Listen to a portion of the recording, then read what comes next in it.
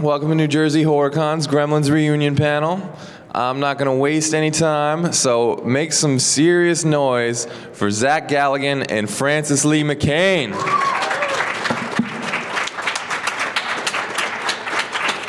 So starting at the beginning, if we could, do you guys remember where you were when you first heard about the project or first read the script, and what your initial impressions were?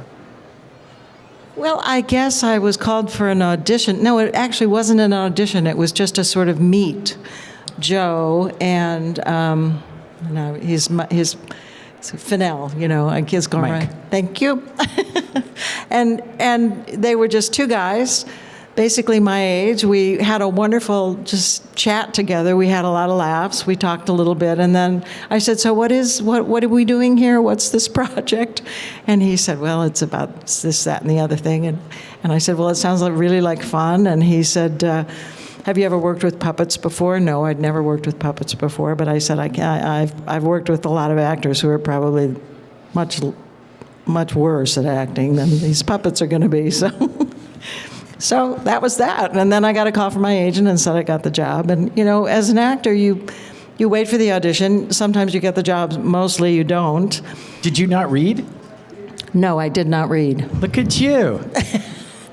No, Wow, we just had well, you had a much bigger resume than I did at the time. So Yes, that's probably true. So I take it there was some reading involved for you? Yeah, man, they made me jump through hoops.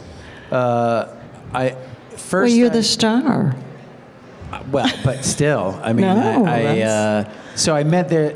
I did. She came from Los Angeles. Yeah, you were in L.A., right? I was in L.A. She yeah. was in L.A., so I was in New York. So the procedure was kind of different. I got a little chunk of the script, just the scene where Phoebe and I, where I ask her out on a date.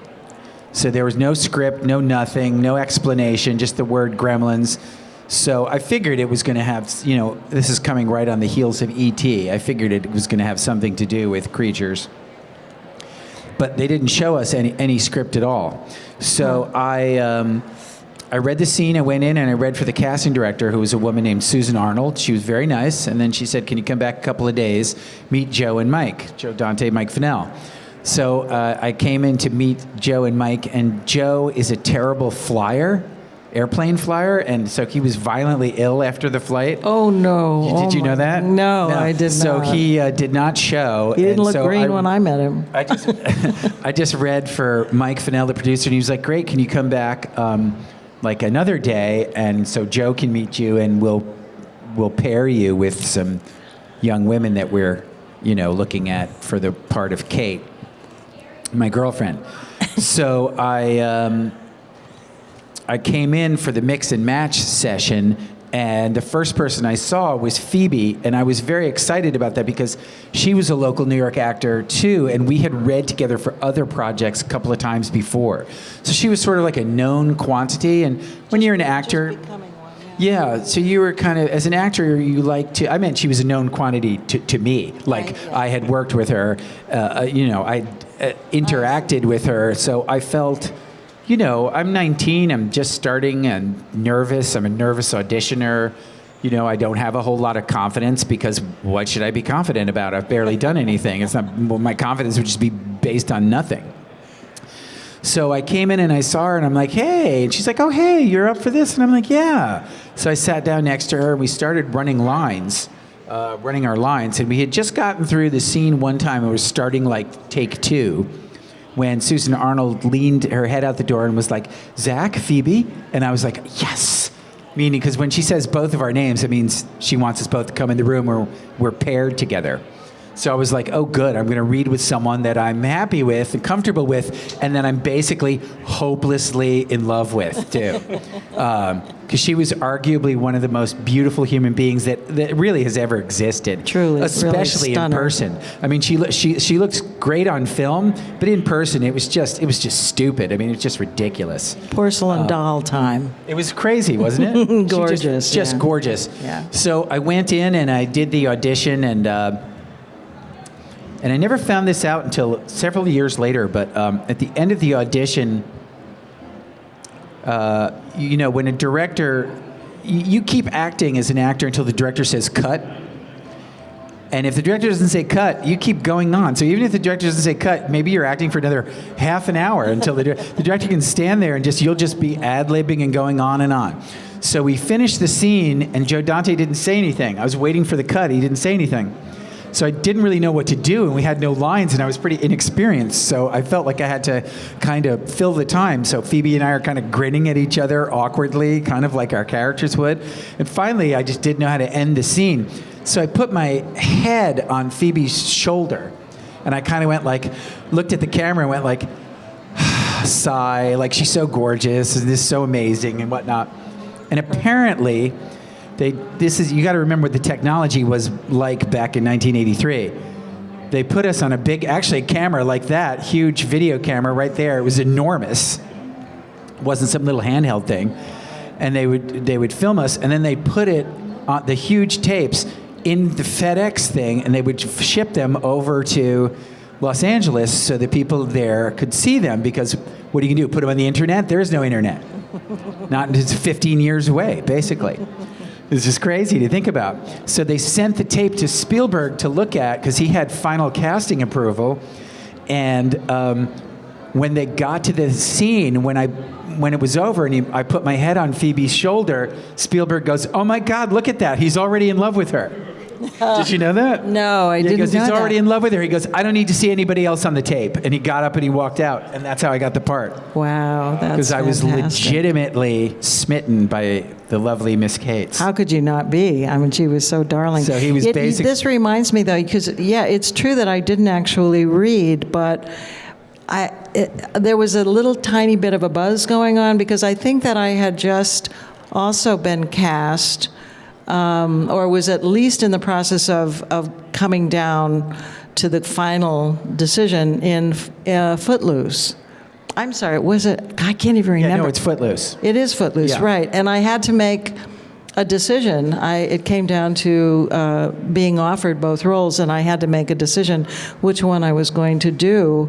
And it was a really tough decision. And then the lovely thing that happened was that Steven decided that he would work the schedule so that I could do both. Wow. Yeah, and it was thanks to him that I was ultimately in the movie, because they had conflicting schedules. And then he put you in Back to the Future, too. Yeah, Look at that. Spielberg. Spielberg put me in Back to the Future. Well, he produced it. I guess so. Didn't he? Yeah, but it was no. I don't think he did. It's just No. That was Danny Melnick and. Oh, I thought that's right. I guess Back to the Future was a Spielberg no, one. he wasn't Spielberg. And It's just Zemeckis and Spielberg are so kind of similar and closely aligned. Herbert Ross was, but it was. I'll tell you what, though, it was Spielberg who had me meet Robert Zemeckis. Oh, there you go. Yeah, so he put that together. And pretty- Amblin was one of the producers of that. I think you're right. I think. It's a pretty epic run of three films back It's very to back. early in the morning. You guys, we were up late last night. How about you? I wasn't. I was good. I was in my bed at like 11:15. Yeah, well, I got Boring. spirited away by rock stars. So anyway, that's how I got the part. One final crazy thing was they called me up, and remember, I'm 19 years old. I'm a typical early 80s kid. So as soon as I finished that audition, the next day I went to go to spring break in Fort Lauderdale. So I'm down in Fort Lauderdale. I literally just landed. And I got to my hotel and put my bags down. I'm 19 years old, and the first thing I'm doing is going to the bar to get a drink, right? Drinking age isn't 21 until about 1985, so it was 18 in 83. So I'm going to get a margarita and, just be like, yay, I'm on spring break, and just get ready to go crazy. And I sit down, I take the sip on a margarita, and my friend goes, hey, there's a message for you back at the hotel. Your mom called. And I was like, my mom called. Can't she leave me alone for like 10 seconds? I'm just having a spring break. She said it's important. So I go back, and my mom told me that I got Gremlins, and then I had to come back the next day. I had just gotten there. Now, normally you'd be disappointed, but now that you knew you were getting the lead in a Spielberg movie, you're not really that disappointed. But here's the crazy thing. I go, great, can you send me the script? Can I read it? She goes, you're not allowed to read the script until you accept the part. And I said, well, how do I even know what I'm doing or what I'm playing? She goes, you don't. She goes, it's a Spielberg movie. What are you going to say? You're really going to say no? I go, screw it. Let's do it. And so I never read the part of Billy or anything having to do with Gremlins until I had signed on to do the movie, which I'm is sure very that's true weird. for me too. I don't know. I don't remember. He's much younger than I. He's. I wonder how many times that card was played. Like, it's a Spielberg movie. Like, you don't get to read this. Like, you're gonna say no. That's right. It's a pretty powerful card. That is a serious card. Even today. Yeah. The Spielberg movie, what are you going to do? Say no? What are you, an idiot? Just do the movie. What's the matter with you? On the other hand, nobody in the world knew it was going to be what it is today. There was no way of knowing, even though, we were just having fun with these puppets, basically. Did you have an inkling that this was going to blow up? Yes, I thought it was going to be huge. Oh, well, there you go. I thought it was going to be huge only because I did a little mathematical formula that said E.T. is the biggest movie that has ever been in the history of the world in terms of box office. So even if it does 1/10 the box office, it's still going to make $150 million. So it's guaranteed to make at least $150 million. You should be warned that Zach told me yesterday his nickname is Encyclopedia. And it's true. This guy knows so much, and especially about movies. So if there's anything you want to know about the world of television and film, and I think especially in the 80s, it's that just true? a curse. It's just my memory just retains everything. It's bizarre. It's great. I love it. It's great. I've learned so much in the last 24 hours. That's very useful. But how much of it did you actually want to learn? That's the problem. Well, Yeah, percentage. not so You want a much. percentage? Yeah, not so much. I can't remember where I parked my car, but I can still remember way too much about every movie I love from the 80s. So Perfect. I can relate. My brain only retains what it wants. So when you guys finally did accept the parts and did get a script, how much of the Gremlin humor was in the script versus what was come up with on set?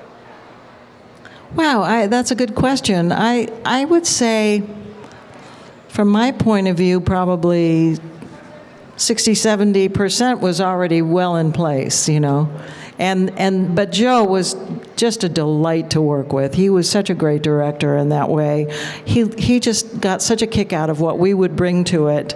And there's only so much you can anticipate when you're working with puppets. And there are puppeteers all around you, mostly on the floor, working the cables and the strings and so forth. And so and then in between takes, you're just joking around with the puppeteers and having a wonderful time with them. And it spills over.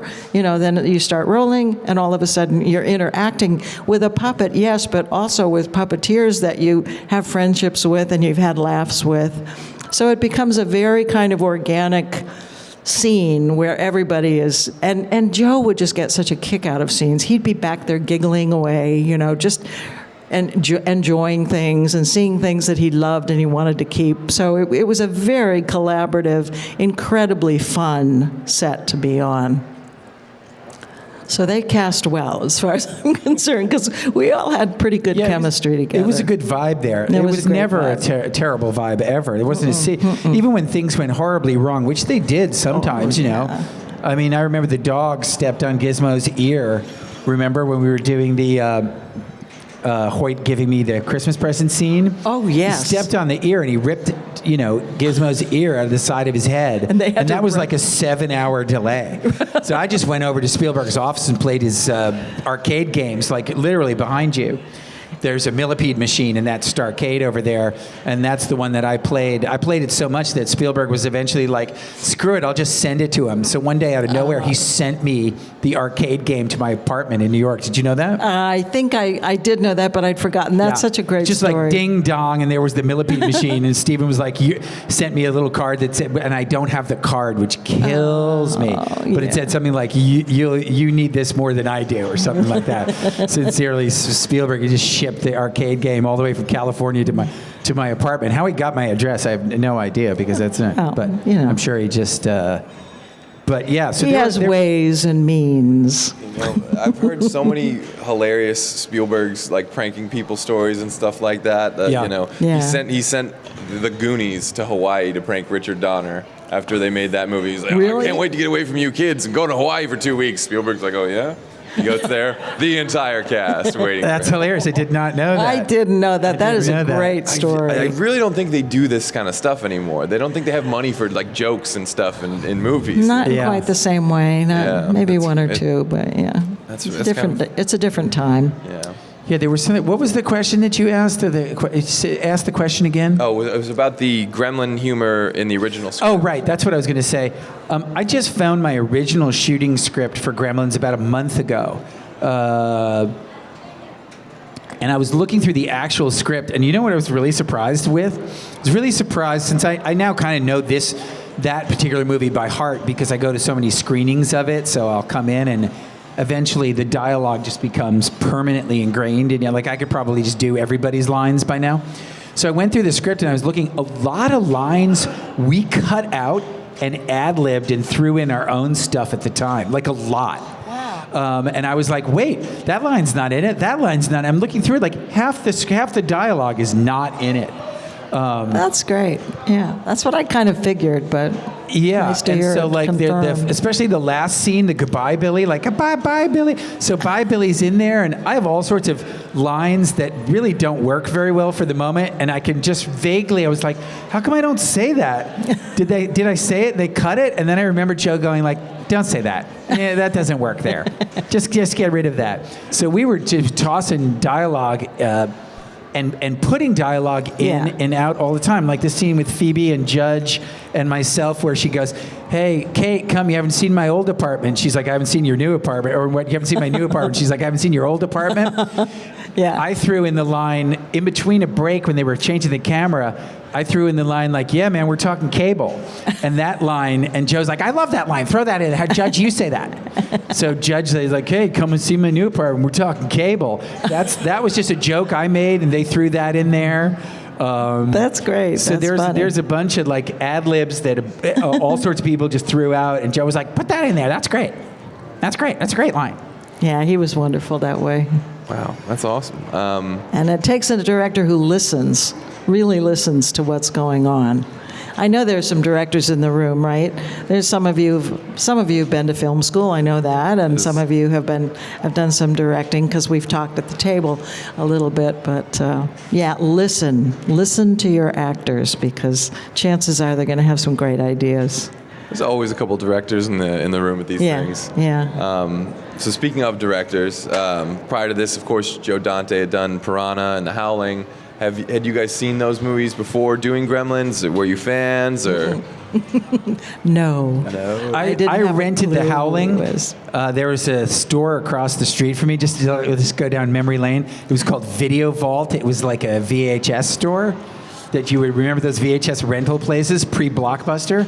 There was like a mom and pop store across the street for me. So I went across the street to the Video Vault. To the Video Vault, and I rented the VHS copy of The Howling, and I stuck it in my super clunky, massive, 1 foot by 2 foot VCR, top loader thing went chunk like that, stuck it in, came down. That's so awesome, technology, so awesome. Go down, and then you would watch it, and the tape would break and everything like that. So I watched it just to sort of get a feel of Joe's style. And then they invited me, I think I started probably a little bit before you, Francis. They invited me to a screening of Twilight Zone, the movie. Yeah. So I went to see that also so I could watch Joe Dante's episode and take a look at him and also the DP, John Hora. He shot that too. Yeah. So I just sort of wanted to take a look at Which segment of Twilight Zone did he do? He did the one with Kathleen Quinlan. It's about the kid who could do anything. Right. Not the John Lithgow in the plane, which is, of course, the great George Miller of Mad Max fame. Shot that one. Yeah. So I just went to sort of like scout his style and get an idea of how cartoony Gremlins was going to look, and the answer was pretty cartoony. That was so much fun. So one thing I actually did want to ask about the early scripts too. Did you guys ever get a script where Gizmo and Stripe were the same character? No. There was an early version script that I've never seen, but I've heard about, where that was much darker, where her character goes up and the things hatch in the in my bedroom, and they take a sword out and they cut her head off, and her head rolls down the stairs. And Spielberg read that and went, yeah, I don't think that's going to happen, actually. I think that's probably not going to happen. And then Gizmo dies halfway through and turns into like a Stripe, basically Stripe. And Stephen was like, yeah, I don't think that's going to happen either, actually. And so Good call. Good call. He's like, you set up this adorable creature and you make him the hero's sidekick, and then you murder him at the halfway point. That would be very Just Joe seems Dante, like but not kind Spielberg. of a downer. So let's keep him around and make some other creatures come out, and then those things could turn into the bad ones, and that way you keep Gizmo around. And Well, Chris that's Columbus, who you got to realize this is his first script. His first anything in Hollywood. So he's basically like, yeah, okay, sounds good. Whatever you say, Stephen. Because, it's so crazy to think how young people were at Yes. the time. I mean, I'm 19. Chris Columbus comes to the set. He's 23. Yeah.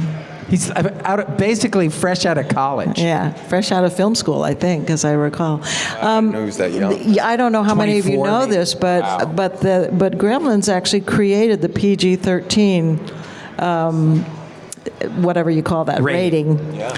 And it was because people thought this was just a fuzzy little toy movie. And then they brought these little kids who were freaking out all over the place, and they got a lot of pushback. So that was actually the reason PG-13 as a rating was created in the first place, was thanks to us and our little film. And it was also coming on the heels of Indiana Jones and the Temple of Doom, where they rip the heart out of the person and it's beating, and the parents are like, wait a second, my kid is totally traumatized. What is this? And they're like, don't worry, it was a fluke. It was a one-off. Then 2 weeks later, you go and see Gremlins, she's killing things and they're blowing up in a microwave, and the parents are like, I have had enough of this. We need another rating. And the moms basically just went psychotic. American moms went psychotic, and they were like, okay, PG-13. It worked. Our society is so idyllic now. Yeah, exactly. Just needed to change that rating, and everything's perfect. Yeah, everything's been perfect ever since. So I do want to give the audience a chance to get in with questions, guys. I'm sure you are dying to know things about Gremlins. Anyone have any questions out there? Still a little shy. It's early. I get it. It's always happens when we're this It's like early. the dance floor. It's like no one's going to get out and start dancing first, and then the first couple gets out and starts dancing. Here we and there's go. a brave There's a soul. brave soul. I've been hearing back and forth about Gremlins cartoon series. You guys on like the Disney streaming. Yeah, they just announced that in Variety. There's going to be a Gremlins animated series, and it's going to start with a young Mr. Wing, the old Chinese my gentleman goodness. as a young man, and his adventures with Gizmo as a very young animal. Because Gizmo's probably about 20 or 30 years old by the time that the first Gremlins comes around. I mean, he's kind of like a middle-aged pet, like kind of like the equivalent of like a 5 or 6 year old Mogwai, cat. a mogwai. So this is like when Gizmo is essentially like the equivalent of a puppy, and Mr. Wing is like 25 years That's a old. cute premise. I like that. Yeah, sounds and really you good. know what they're going to do is they're going to seed the new generation of kids with Gremlin fever, and then once they've been seeded and start to sprout, then they'll come out with the Gremlins 3 or the reboot or the Gremlins World or Jurassic Gremlins World or whatever it is. God knows what happened to all of us. Serious crossover.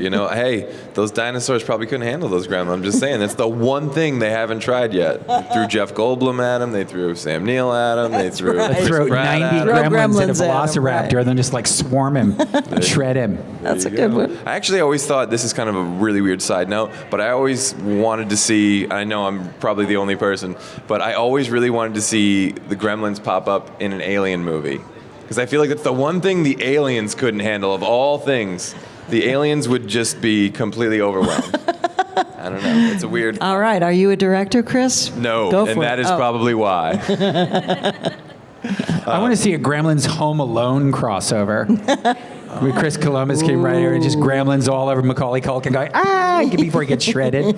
That would be fun. Daniel Stern with a gremlin on his face, There you go. screaming at the top of his There you lungs. You did mention Gremlins 3. Now there was a point a couple years ago. There was a lot of stories going out, a lot of stuff on the internet, and then news kind of quieted down a little bit. Is that something you guys were? I can't really say that I have inside information, but I have enough information from enough people that I could take a guess, a pretty educated guess. And that is that Chris Columbus wrote a Gremlins 3, like a legitimate Gremlins 3. And he gave it to Warner Brothers. And I think I would say the response was probably that they liked it, but they had questions about it. And I think the questions about it had less to do with the script than the following question from a business standpoint. Because remember, it's show biz, right? It's not show fun, it's show business. So I think they were like, all right, let's say we do Gremlins 3, and it takes 2 to 3 years to do these movies. It's very, very complicated. And Chris Columbus said he wanted to do some CGI in it too, but basically just to get rid of the wires, because now you can do CGI to get rid of the cables and the wires. So you can use puppets, and you don't have to do that perfect take where you don't see cables, because you just take it out. And so they looked at it and they're like, by the time this comes out, the last movie, Gremlins 2, is going to be like 33 years old, or 32, 33. Like, there's an entire generation that just doesn't know. Really, they didn't grow up with this. So I think they were like, we have to do something preliminary before. Did they ever come to these shows? Before we spend, and my guess is, and they did some test screen, Warner Brothers did some Gremlins Christmas screenings either last Christmas or 2 Christmases ago. And maybe that was sort of almost like a feeler to judge the response. They didn't get the response that they liked. Of course, they didn't do any promotion, too, so what do you expect? But they didn't get the response that they liked, so I think they were kind of like, look, we have this franchise, and they saw what happened with the Ghostbusters movie, too, and they're watching other franchises and how they do, stuff like that, and they're like, I think we have to do a little bit more education of the population before we just come out with this enormously expensive thing. Really? So I think that's what the animated series is designed to do. It's designed to... They probably found huge lack of awareness between like 7 and 15, and that's a huge, that's a bread and butter thing. Everyone, So they're going to school the generations, right? They're going to have to. So I think they feel like we like this script. Maybe we'll put it on hold. Maybe we'll do something similar to it. But we have to school the generation first and do the live action movie afterwards. And I mean that's what they do with Batman, and that's what they do Spider-Man Into the Spider-Verse, and so they do. Animated and live action simultaneously. So that's my guess as to what happened. They just needed more awareness. I mean, I guess that's it's hard for me to accept that there's anyone that hasn't seen Gremlins, but I guess that makes quite a bit of sense. Yeah. I get recognized a ton with people over 25 or 30. Under 25, not so much. So we had a 3-year-old at the booth today. First thing this morning. You have occasional parents Zoe. who do superb indoctrination of their children, which we of course encourage. Full indoctrination, gremlin indoctrination of your children as soon as possible, as soon as you judge them effective. But they're the exception, I think, and not the rule. Any other questions? Questions, guys? How would you set up Gremlins 3? Oh, very good. How would I set up Gremlins 3? Yeah. I would have either another Mogwai be discovered by somebody else, have them break the rules, because if I break the rules again, I am the world's biggest moron. Like, seriously. But you would be the expert. And... Did you ever see a movie called The Exorcist where the guy shows up, right, and the cab pulls up to the house and gets out in the fog and the mist and everything, and Ellen Burstyn opens up the door and you see the guy? That's who are you going to call? Gremlin Buster. So once everything goes south for the first hour of the movie, you call me and Gizmo in to kind of fix the problem, and I show up in the foggy cab, And I'm no longer with us in the back. Or maybe, who knows? It would be something like that, or you take it and you put it in a really cool city, like for a change of pace, like San Francisco or London or Tokyo or something like that. And that's good, you just have Gremlins in this. There was an early version of the script where Keep telling him Gremlins he should in be a Vegas. writer, but he talks. He doesn't write. He talks. What's that? I said, I keep telling you should be a writer, but you don't write, you talk. Somebody just needs you need a scribe. No, it's, Oh yeah, that I sounds. love that premise. I would think totally that's see smart. that. Add in a kitchen fight or a rematch or something for Francis, and that's perfection. From the wheelchair. Well, I was going to ask what you I know. almost was in a wheelchair after that scene. I'll tell you what, it was guys, literally guys off camera pitching real plates at me, and one of them missed me by like a hair's breadth, and it scared everybody on the set. But I was into it.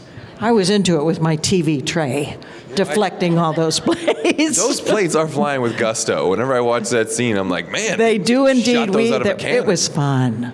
When I tell people stories about like how lax the safety concerns on Gremlins were, people are so stunned and appalled. But you have to remember, back in 1983, like no one ever sued anybody. We didn't live in the litigious, legal society we do now, where people, just slip on a candy and they go, "That's a $10 million lawsuit." That just didn't exist. It was Twilight Zone. It was the Yeah. And so, like, when we blew up the theater, one of the things that's so funny is that one of the guys who was on the explosion crew must have been kind of from Jersey. Because I said to him, I go, "So how big is this explosion going to be?" He's like, it's going to be pretty big. It's going to be pretty big. I'm like, "How big?" He's like, "I don't know. We packed it real good. We packed them in there real good. So it's going to go up. So stand back. You're going to want to stand back." That was actually my nephew-in-law. And when the thing blew up, when they blew up the movie theater, in fact, Phoebe and I were supposed to be in front of the car, and when Joe Dante heard the guy talking about the explosion like that, he's like, "I think I'll have you guys go behind the car." So we went behind the car, and when the explosion went off, I thought it had singed my eyebrows. The heat was so intense, and the explosion was so enormous that it actually broke windows over at a big office building about a mile away in Universal called the Black. They call it the Black Tower. I think it's Universal Building 10 or something like that. It broke, and people came to work the next day, and there was just nothing but broken glass all over the floors, and the wind's blowing through the papers on their desk and everything like that. It got out of hand. So it was about 2 or 3 times larger than they anticipated. It was a massive explosion. The movie doesn't do any justice to it at all. It just kind of looks like an ordinary kind of explosion, but it was unbelievable. It was the heat from it was amazing. So I was kind of like, do these guys really know what they're doing? They did then. It's packed in there real good. So you're going to want to stand back. You can still hear that guy say that. Cool. Some more questions out there, guys? Got one in the back.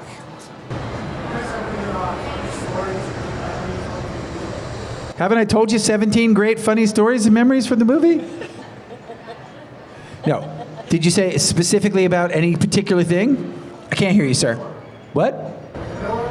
Oh, with Dick Miller. Oh. You got Dick stories? I don't Whoops, know. That sounded bad. I got a lot of Dick stories, but they don't have anything to do with Mr. Miller.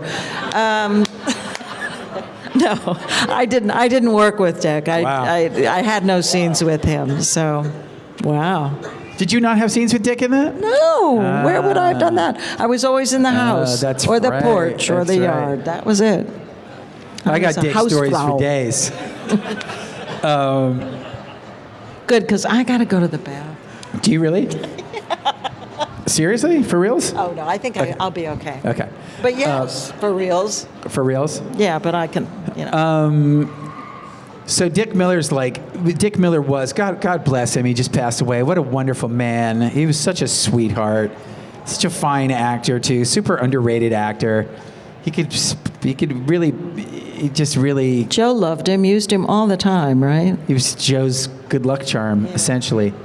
And he was just a wonderful, wonderful guy. And the very first scene that we shot on the movie was the scene where Dick Miller's drunk and we take him from the pub and he goes back to his Kentucky Harvester. And he goes, "Yeah, back in the day, WWII, and he's doing the thing in the bottle." So that was the very first scene that we shot the very first night. And I was really happy about that because I was super nervous. I was incredibly nervous. And so the fact that he had all of the dialogue was great. And what was so great about him, which I really only appreciate now as an adult, is he was basically right about my age. He was in his mid-50s, you know, and now he's working with two 19-year-olds, right? Phoebe and I are both 19. And he was so gracious and generous and supportive, and would say things like, you kids are going to be huge after this picture, you know, and stuff like that. He was just a super, super lovely guy, and was, because a lot of adults can sometimes be condescending to younger teenage actors, like what do they know and stuff like that. Patronizing. Patronizing, yeah. And he wasn't even remotely patronizing at all. He was really, really sweet, and just a lovely guy. He has an amazing reputation in the convention world as well. Like, you know, nice, everybody I know posted, you know, oh, I met him in this year, I met him at that. He was the sweetest man. He was so kind. He was so wonderful. I did meet him, and I attest to that too. Yeah. I sent an email to his widow after he passed away, his wife Lainey, who I know too, and I said, here's a guy who spent his entire career in Hollywood, and I never ever heard a negative thing spoken about him in decades of working in that town. What does that tell you about your husband? Wow. Yeah. Nothing she didn't already know. That's like a one in I a million suspect. thing, because people talk some serious smack in yeah. LA about people, even if you're a sweetheart. I've heard people talk smack about You've heard it people. about me, right? People trash Frances constantly. I'm endlessly defending her. I go, I swear to God, she's nice. I swear. Oh, man. So we have some more questions out there, guys. Come on, you can think of something. Make it up. Guys getting a little shy. I have plenty, so. Ask us about movies we haven't been in. That's always my favorite.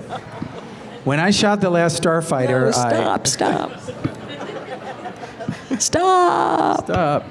That's it? So, Is it nap time? Well, I have one I wanted to ask there you about, go. actually. And this is one thing that's, I'm sure you guys have gotten many times before. It's one thing that always kind of like stuck out to me when I watched the movie. Of course, Phoebe Cates' controversial Santa speech. And apparently, doing some research, there was a bit of a controversy with that and maybe trying to cut it out. And do you guys remember anything along those lines? Or I kind of do. I don't remember it when we were actually shooting. I remember some conversation around it during post-production. There were people who thought it was just going to be a little too raw, and it is one of the things that the parents ultimately really objected to. that was on the PG-13 list? Yeah, exactly. That was part of the problem around that. It's a rough speech. It's hilarious. It is really And funny. as so many people I know, it's their favorite speech in the film. But yeah, it was controversial. Well, here's what I remember. Phoebe, if you take away the speech, Phoebe's part is pretty uninteresting. It's really sort of the crux of her character. It's the big reveal for her character. It's the reason why she did the movie. I mean, she really wanted to do the movie. She was very hot at the time, and I don't mean physically. I mean She in had terms done of her Bachelor career. Party right although she was before very that, hot I at the think. time also. But anyway, she it was a real juicy monologue, and she wanted to show that she wasn't just the really pretty girl from Fast Times at Ridgemont High who gets out of the pool, so to speak. And so she was obsessed with the monologue. She would pull me aside and she would say, what if I do it this way? And she would do it for me. This is weeks in advance. It was kind of like, and most actors will know this, there's a scene sometimes that you'll narrow down the script and you'll go, I better nail this scene, because if I don't nail this scene, I'm going to lose the audience, my performance isn't going to work. So you find this one scene, you fixate on it. So she's, no dummy, she knows that that's the scene. So she did that monologue for me 50, I'm not exaggerating, 60 times maybe before we got to the day. I said, today's the day, you ready? She goes, am I ready? I'm so ready. Let's just do this. She wanted to do it, get it. So we went, we did it. She nails it, probably on take like 2, because she'd practiced it so much and everything like that. Super happy with it. About a week later, Warner Brothers people see it. And they're like, what the hell is this? This is sick. This is gross. You're telling a generation of kids Santa Claus doesn't exist. What is the matter with you people? That was basically the reaction to it. So I saw Joe and he goes, hey, you want to come with me? And I go, why? And he goes, we have to tell Phoebe they were going to cut the scene out of the movie. And I said, are you kidding me? I used a different word than kidding, but I said, are you kidding me? And he goes, no, come on, let's go. So we went over there, and Phoebe's sitting there, and she was chewing something. I can see her now. She's wearing this baseball T-shirt. She wore this baseball T-shirt with orange sleeves. Her hair's back in a ponytail. I think she had maybe a small thing of fries or something, and she's chewing it. And she's like, hey. And Joe's like, hey, how are you? And like, fine. And I'm sitting there going, oh my God, this is going to be a disaster. What's up? Joe goes, so we saw the rushes of your monologue, and I want to tell you did a very, very good job. I mean, it is just a wonderful performance. There is a possibility that we might have to cut the monologue. And she's like, cut the monologue? How much? You mean like just cut it down or cut it out? He goes, we may have to cut it out completely. And she starts tearing up a little bit. Do you ever see Shrek with the Puss in Boots thing, right? Where the cat takes the thing out and his eyes get all big and fill up with tears, stuff like that? She looked exactly like the cat. Suddenly she's like, you mean that? And Joe's like, well, we might not have to cut it out. There's a chair. I mean, we could conceivably keep it. And she started getting more and more upset. In fact, we're leaning towards keeping it now.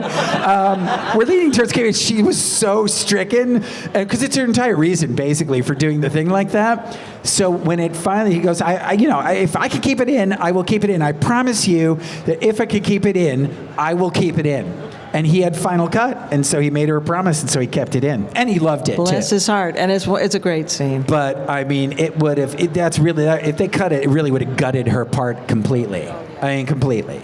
I never thought of it like that, but as soon as you said it, I was like, oh man, you know what? That's true. She is kind of reactionary if you take that out. She's sort of there. She's just there. She's basically just decorative. I mean, she's really just there reacting and looking beautiful. And well, she did have to pour drinks for all the Gremlins too, of course. Oh, that's true. There's the bar scene. But she doesn't even speak during the bar scene, really. That's true. It's just, So we tried to tell her that it was going to be cut, and the response was so bad that I think everybody backed away from it. Oh, wow. Because she's like the nicest person. That's the kind of remarkable thing about her. Was not only was she like a beautiful person physically, but she was also a deeply lovely person who was very kind and not stuck up and not full of herself and very humble and down to earth and sweet and the last person on the earth that you would want to disappoint. So he didn't. So they didn't. They're just like, I can't do it. Well, I feel like you guys have not disappointed a single person in this audience. And ooh, what a nice transition. Very nice. Beautiful. Well done. Excellent. Strong segue. Thank you, Chris. Strong segue. Thank you. I love that you're such a fan. Oh, I am diehard. I grew up on this. This has been an absolute joy for me. So, guys, make sure you visit these guys at their table, get photo ops, get autographs. They have a lot more great stories to tell you. And get one more round of applause for these legends here.